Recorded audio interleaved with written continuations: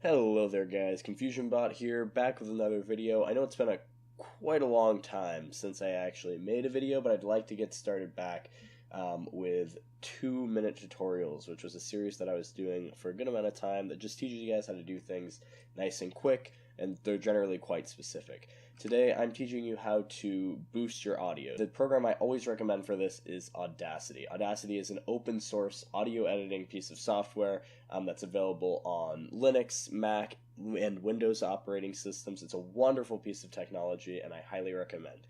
There's access to the installer right here, and then also access to the zip file right here, so you just click whatever one you want. Audacity is going to come with a base set of plugins, but you can also add more. Today what we're going to be using is the Amplify effect, as well as the noise removal effect. This is the noise clip that I will be playing for you guys today. So here we're assuming that you already have an audio track in the system and you're just trying to get it a little bit louder. As you can see, my microphone setup has my microphone pretty far away from my face. That's just how it is at the moment. And to accommodate for that, we need to make it louder. However, when I took this sample, there's actually some background noise. So the first thing that we're going to do with this track here is we are going to select the whole thing.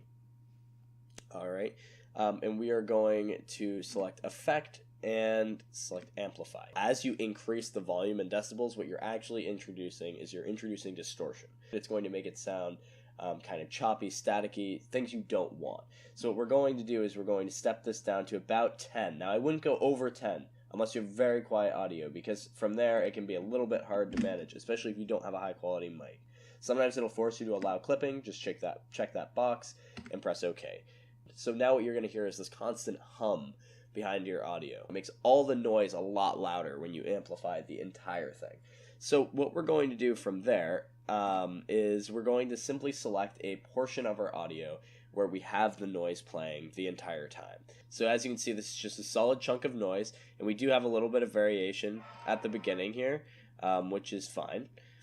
So we're going to go up here to Effect once again, and we're going to go down to Noise Reduction. Get the noise profile is the first thing you got to do. Select your entire file. Now that we've already gotten our noise profile, what we're going to do is go right down here and select the amount of smoothing that we want. If you have minimal noise, so if your main audio really comes out strong, what you're going to want to do is actually reduce the frequency smoothing down to a lower number, if not 0. And the reason being is because this is in danger of actually damaging your original audio if the number is too high, at values greater than 1. We're just going to do the reduce function here. However, it is important to keep in mind that you can use the residue function, and what that'll do is it'll run the entire thing, but it'll only show you the things that it would normally be getting rid of. Residue can give you a good idea of what you need and whether or not these settings are correct. So we're going to click reduce, and there immediately you see all that noise just disappear. And these chunks right here are just things right in the beginning, like a click in the beginning to start it. You can actually just highlight those sections and then do a quick backspace. If you do make a mistake, just come up here, click that backwards arrow, the undo arrow, and you can just get rid of it, or you can go forward. Again, hotkeys for that is just Control Z and Control Shift Z. I hope this helped you guys, and I will see you in the next one.